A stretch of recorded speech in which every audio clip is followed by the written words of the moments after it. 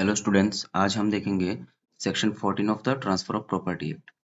ठीक है। पहले हम लोग बाकी के सेक्शंस ऑलरेडी देख चुके हैं, तो अगर आपने मिस किया तो पहले वो सब देख लो, फिर सेक्शन 14 में हम लोग इस लेक्चर में कवर अप करेंगे। देखो, section 14 of the transfer of property act 1882 ensures the rule against perpetuity. अभी ये रूल अगेंस्ट परपेचुइटी क्या है, परपेचुइटी क्या है, ये पूरा हम लोग समझेंगे। ठीक है। A fundamental principle in property law aimed at restraining the creation of interest that delay the vesting of property indefinitely. This rule ensures that property remains alienable and not tied up perpetually, thus promoting economic efficiency. ठीक है। तो देखो, section 14 क्या है, section 13 का ही मतलब एक extended version है।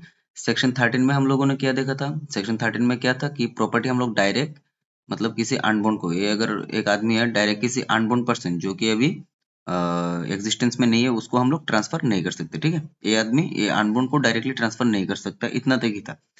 लेकिन सेक्शन 14 में थोड़ा सा उससे बढ़कर एक परपेचुइटी, ठीक है, एक मतलब टाइम पीरियड निकाला है कि उस टाइम पीरियड तक प्रॉपर्टी को हम लोग कर सकते हैं डिले। ठीक है। मतलब वेस्टिंग ऑफ द जो राइट होता है ना, उसको हम लोग डिले कराना, इसी को यहाँ पे हम लोग पढ़ेंगे। देखो, प्रॉपर्टी को क्यों इस मतलब डिले करा सकते हैं इतना तक, इससे ज्यादा नहीं, क्योंकि प्रॉपर्टी अगर ज्यादा हम लोग डिले करा देंगे तो बाद में वो इकोनॉमिक एफिशिएंसी नहीं होगा। ठीक है ना। जैसे कि अगर ये आदमी ने बोला कि मेरा पोता होगा ये, फिर मेरे पोते के पोते को जाके प्रॉपर्टी मिलेगा, तो इतना दिन में अगर उन लोगों को कोई इमरजेंसी सिचुएशन या कुछ भी होगा ना, तो वो लोग प्रॉपर्टी बेच ही नहीं पाएंगे। या फिर प्रॉपर्टी अगर हमेशा क्या होता है, कोई भी चीज अगर एक चीज से दूसरी चीज ट्रांसफर होता है ना, तभी उसका वैल्यू बढ़ता रहता है, नहीं तो इसका प्रॉपर्टी का वैल्यू ही नहीं बढ़ेगा कभी भी, अगर इससे डायरेक्टली उसके पोते के पोते को ट्रांसफर होगा। ठीक है ना। तो इन सबको मद्देनजर रखते हुए हम लोग को एक्ट में ऐसा था कि नॉर्मली हम लोग कितना तक कर सकते हैं, कोई अनबोर्न को तक कर सकते हैं, लेकिन उसके बाद भी 18 ईयर्स तक हम लोग कर सकते हैं अंडर सेक्शन 14। मतलब अनबोर्न पर्सन जब तक 18 ईयर्स का नहीं हो जाता, मेजर नहीं हो सकता, तब तक हम लोग उस प्रॉपर्टी को ऐसे कर सकते हैं, मतलब अटक के रख सकते हैं उसको हम लोग। नहीं भी वेस्ट करेंगे तब भी चलेगा। तो अभी देखो इसका बेयर प्रोविजन क्या है। No transfer of property can operate to create an interest which is to take effect after the lifetime of one or more persons living at the date of such transfer and the minority. ये देखो, जो minority of some person who shall be in existence at the expiration of that period and to whom if yet in full age the interest created is to belong. मतलब क्या है यहाँ पे, transfer of property operate नहीं होगा अगर हम लोग एक लाइफ टाइम के बाद दूसरा भी लाइफ टाइम लगा दे। ठीक है ना। हम लोग क्या करते थे पहले, सेक्शन 13 में भी आपने देखा होगा कि किसी एक का लाइफ टाइम में होता था। ठीक है ना। फिर दूसरे पर्सन को हम लोग लाइफ टाइम के लिए नहीं दे सकते इंटरेस्ट, उसको हम लोग एब्सोल्युटली ट्रांसफर करना पड़ता था ना इसको, ये जो यहाँ पे आदमी होता था। तो यहाँ पे क्या बोल रहे हैं कि यहाँ पे एक लाइफ इंटरेस्ट होगा, फिर दूसरे आदमी को सेक्शन 14 में भी सेम, दूसरे आदमी को हम लोग डायरेक्टली जन्म होते से ही उसको प्रॉपर्टी नहीं दे देंगे। जब तक वो माइनर है तब तक उसको अटक के रखेंगे, और जब वो 18 ईयर्स का हो जाएगा तब जाके हम उसको प्रॉपर्टी देना पड़ेगा। ठीक है। तो ये है सेक्शन 14, मतलब सेक्शन 13 का थोड़ा मॉडिफाइड वर्जन है सेक्शन 14, हम लोग कह सकते हैं। ठीक है।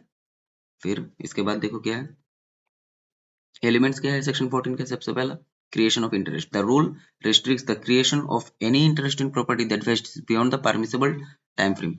मतलब यहाँ पे इंटरेस्ट कहाँ तक हम लोग क्रिएट नहीं कर सकते, जो परमिसिबल टाइम फ्रेम है। ठीक है ना। परमिसिबल टाइम फ्रेम के बाद में जाके हम लोग इंटरेस्ट क्रिएट नहीं कर सकते, किसी और को नहीं दे सकते प्रॉपर्टी। फिर देखो, एक परपेचुइटी पीरियड होता है। The maximum permissible period for wasting of interest is the lifetime of one or more person. मतलब एक या एक से व्यक्ति को हम लोग लाइफ इंटरेस्ट दे सकते हैं। ठीक है। क्या कर सकते हैं, जैसे कि ये आदमी है, इसको हम लोग लाइफ इंटरेस्ट दे सकते हैं। फिर इसके बाद और एक आदमी, उसको भी हम लोग लाइफ इंटरेस्ट दे सकते हैं। फिर इसके बाद और एक आदमी, उसको भी हम लोग लाइफ इंटरेस्ट जितना हो सके आप दे सकते हो, उसमें कोई वो नहीं है। ठीक है। लेकिन आपको जो एब्सोल्यूट इंटरेस्ट है ना, वो किसी एक को देना पड़ेगा। ठीक है। एब्सोल्यूट इंटरेस्ट किसी एक को हम लोग देना ही पड़ेगा। लाइफ इंटरेस्ट मतलब क्या है, देखो आदमी तो ये सब के सब मरेंगे ना एक ना एक दिन, ऐसा तो नहीं है कि 100 साल ये लोग जिंदा रहेंगे। ठीक है। 2-3 लाइफ इंटरेस्ट भी होगा तो चलेगा, लेकिन अल्टीमेटली प्रॉपर्टी को किसी को हमको वेस्ट करना पड़ेगा। ठीक है ना, जो अनबोर्न होगा उसको। फिर देखो, until the beneficiary at the age of majority. मतलब जब तक ये आदमी 18 का नहीं हो जाता तब तक हम लोग प्रॉपर्टी को रोक के रख सकते हैं, लेकिन जब भी ये 18 होगा उसको प्रॉपर्टी देना पड़ेगा। फिर देखो, vesting of interest. For a transfer to be valid under this section the interest must be within the prescribed time. ठीक है। जो प्रेस्क्राइब टाइम है, जैसे कि वो 18 ईयर्स तक का वो चाहिए चाहिए। एप्लीकेबिलिटी क्या है, the rule applies to transfer inter vivos. मतलब जिंदा आदमी के बीच में ट्रांसफर होगा applicability. Wills and other instrument creating future interest, और विल्स और कोई भी इंस्ट्रूमेंट जो फ्यूचर इंटरेस्ट क्रिएट करता है उनमें भी अप्लाई होगा। फिर देखो invalidity of transfer, if the vesting of property extends beyond the permissible perpetuity period the transfer is void to the extent of such interest, मतलब कोई भी अगर वो परमिसिबल पीरियड के बाद जाके किसी ने ट्रांसफर कर दिया ना तो वो क्या होगा, वो वॉइड हो जाएगा, वो नहीं होगा। ठीक है, इतना तक तो क्लियर हो गया होगा। फिर आगे देखते हैं एक्सेप्शंस। देखो सेक्शन 14 के क्या क्या है। Certain transfers are exempted from the rule against perpetuity, जैसे कि पर्सनल एग्रीमेंट, किसी का जो कोई पर्सनल एग्रीमेंट होगा वो उसमें नहीं आएगा सेक्शन 14 में अंडर में। ठीक है, फिर देखो चैरिटेबल और रिलीजियस ट्रस्ट, मतलब आप चैरिटेबल या रिलीजियस ट्रस्ट में होता है ना कि ये प्रॉपर्टी हमेशा इसी मंदिर का रहेगा, इस मंदिर का जो पुरोहित है उसका ही फैमिली फैमिली फैमिली करके प्रॉपर्टी जाता रहेगा। ठीक है ना, ऐसे ऐसे family family family to family जाता रहेगा, इसमें कोई मतलब दूसरे आदमी को ट्रांसफर नहीं होगा तो भी चलेगा, क्योंकि ये सब एक्सेप्शन है। फिर मैरिटल एग्रीमेंट्स, मतलब जो शादी के वक्त में एग्रीमेंट होता है ना हस्बैंड वाइफ उन सब के बीच में, तो ये सब एक्सेप्शन होगा, सेक्शन 14 में नहीं आएगा। ठीक है, एक बार अगर आपको पढ़ना है अच्छे से स्क्रीनशॉट ले लो, नहीं तो नोट बनाने के लिए भी आसान होगा।